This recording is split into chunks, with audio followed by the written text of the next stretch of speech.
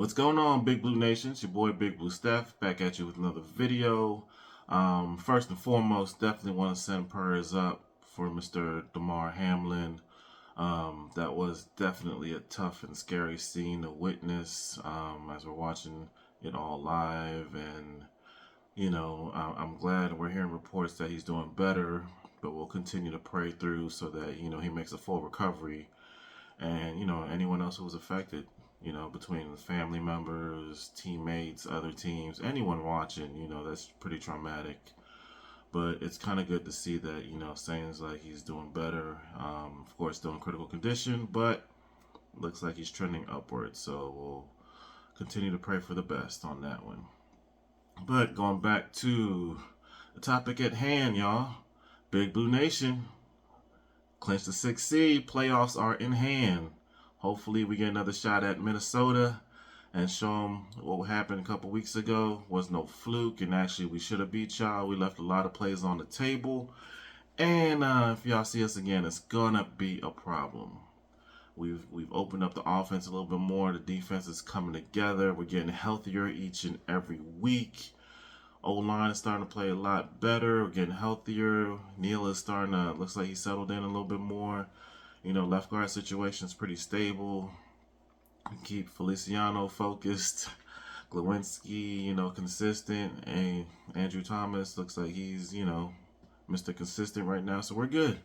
We're good. If we can get that run defense tightened up a little bit more, we're really going to be good. And, hopefully we dial in. Playoff time, it's what it is. Step your game up. All three phases of the game. So we'll see. We'll see, once we're in a playoff, anything can happen, especially any given Sunday, Saturday, whatever. But yeah, I'm looking forward for us to be in the playoffs, and I'm not limiting us, really. This could be one of those, hey, had an awesome start, had a rocky middle towards the end of the season. We were able to clinch, and once we got in, who knows, all it takes is one game to keep moving on to the next round. So I'm hoping, y'all. I'm really hoping that we can do some damage, Even if we don't do anything, I'm glad we made it, and I still feel we're way ahead of schedule. So that kind of brings me to the main point of this video. It's really kind of not really breaking down, but just acknowledging a lot of steps that happened.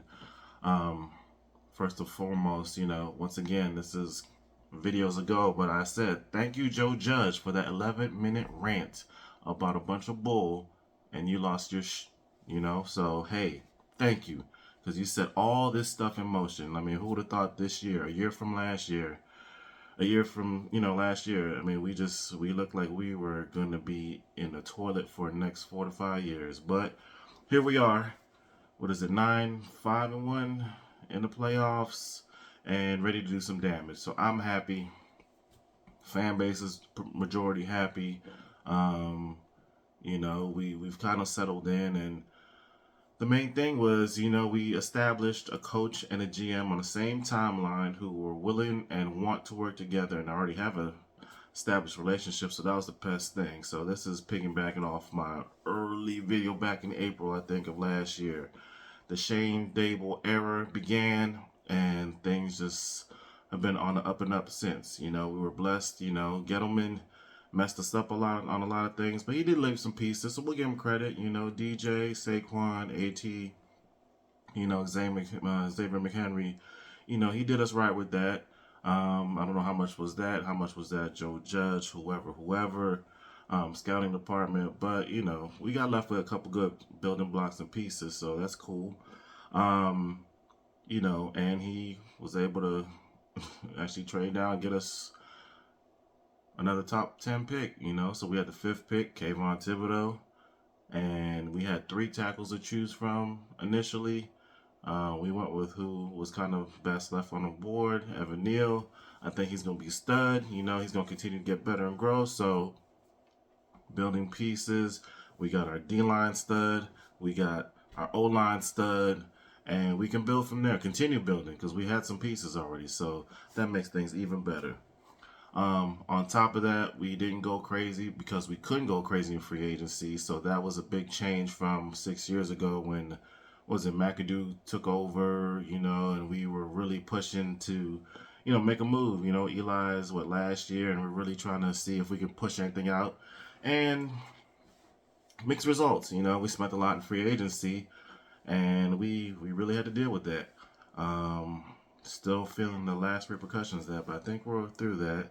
Of course, was it 2 years ago? Gentleman set us up again, and we're still dealing with this Galladay situation, but I'm pretty sure he will not be here at the start of next season.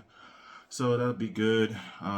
We'll take that cap hit, but it'll free up some space so that we can continue to improve this roster. Beyond that, I think we kind of set the tone. Really, not we. Schoen and Daboll set the tone. Like everything's gonna be earned, top down. We didn't re-sign DJ. We didn't give him that 5th-year extension. We made him prove it, and this year he's come through. I mean, I don't care what anyone says. This dude is showing improvement, start to finish, all season long. He hasn't been extraordinary, but he's had moments where you're like, yes, this is why he's a top 5, 6 overall pick. Would you like to see better numbers? Of course.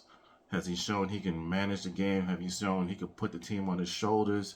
Have you shown he can win a game almost by himself, just with his legs, with his arm, his accuracy, his will, his grit? Just want to win, just want to be the best teammate? Yes. So definitely I think we're in good shape with that. Having Saquon healthy for majority of the year, that's a big plus for us. DJ and Saquon have been an awesome tandem going back to Saquon's rookie or second year. So I think the numbers, I forgot what the numbers are now, but whenever Saquon was not in, DJ's numbers just fell off, and rightfully so. You got a strong running game, you got somebody you can rely on, hand it off to when things get bad. There it is. So we've set the tone like that. As well, going back to Kenny Galladay, everyone needed to earn their right to play on this team. Kenny Galladay, I guess, thought, hey, I'm $72 million, they gonna play me. Nah, son. Literally, you are sitting on the bench for the most part. That's all you got in at the end of the game. Whatever, cool, whatever. At the end of the day, everyone has to earn their spot. I like that.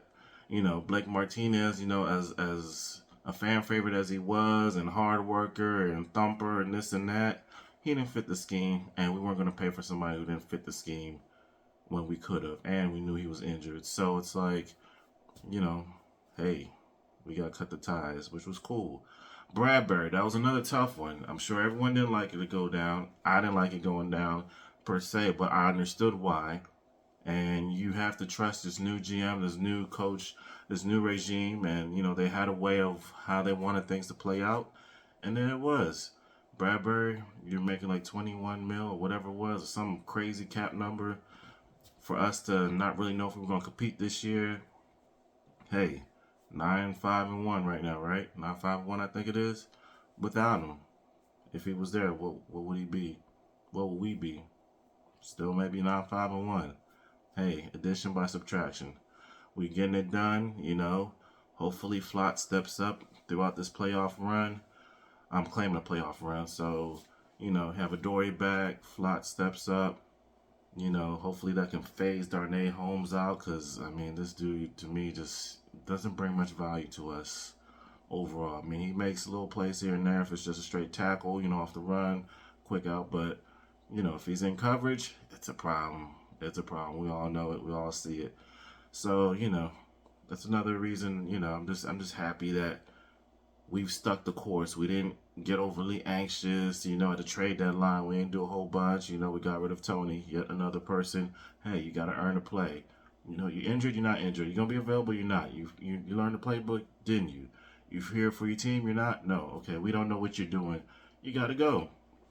What is he doing in KC?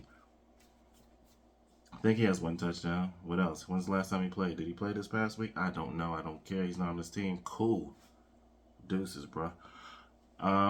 Yeah, on to the next one, man. We just setting the stage. Like, Tay Crowder. Dude, you were Mr. Irrelevant, and you complain about playing time. Go back to what earned you the playing time. You were a limited prospect. You've pretty much maxed out your value, and you didn't fully, fit the scheme of Wink. So, hey, you got in when you got in. You know, you had the splash play at the beginning of the season on King Henry. Cool, that was cool. Awesome. Is that what you're gonna hang your hat on for the entire season? No, you guys to keep, proving yourself week to week. And if you haven't, hey, next man up. I mean, Landon Collins didn't play all season until what, week 6, 7, when we picked him up. Still didn't play for the next 3 or 4 weeks, and then learn the offense, learn the defense, learn what we're trying to do. Got acclimated, got injuries in front of him, blah blah blah. He waited. Pick 6 man this past week against the Colts. Man, it was beautiful. It was good to see that. Good to see that thing come full circle. So, I think we know Shane, Daboll, they got a plan. We're gonna stick to it. And if you don't like it, hey man, find a job somewhere else. That's what we doing here. They're gonna be smart with the money. They're gonna be smart with the cap. They're gonna be smart with whatever decisions they make. They're not gonna be too hasty. I love the way Daboll carried the team throughout the season, especially mid-season. When the P word was coming up, he's like, "We're not even talking about that. We're playing the next game, and that's our next objective." So at this point, he's earned my trust. Daboll has, Shane has so far. There's no reason not to trust him. I know it's only one season, and we saw what happened with McAdoo in the second season. I don't foresee that happening because I think the structure of this team, the identity of the team has been identified. Smart, tough, dependable. Smart, tough, dependable. That's what Daboll says all the time. Players are buying into it. I hear them saying it. So there's no reason why we can't fully just maximize what we have going forward. This has been year 1 of a rebuild, and we've exceeded any expectations, probably on the outside. Internally, they probably didn't set too many expectations, but they wanted to win, but they wanted to do it the right way. And they've done that the right way. So definitely, this is almost like a appreciation video for Shane and Daboll. The whole Giants organization, bringing joy back to the New York Giants, put some respect on the name. It's just been good to actually follow the team and not be pissed off every week. We've had a couple games this season. We're like, oh, come on, man, y'all. And you're gonna have the little ups and downs during the season, during the game, but predominantly, this has been an awesome season to date. I fully expect us to be super competitive with Philly. We owe them a couple. They've had our numbers for last, I don't know, almost a decade. We're coming back. We got y'all. After that, on to the playoffs, hopefully Minnesota. But whoever, that was my mentality when I played some ball back in the day. Whoever, line them up, we going at them. It is what it is. Anyway, y'all, I appreciate y'all, watching the entire video. If you made it this far, please do subscribe, comment, share it out. Let me know what you think. But Giants Nation, love y'all. I love where we're going with this, and I can't wait to see what else goes on with this season, and even leading into the off season. So, all right, y'all, take care. Have a good night. We'll talk. Peace.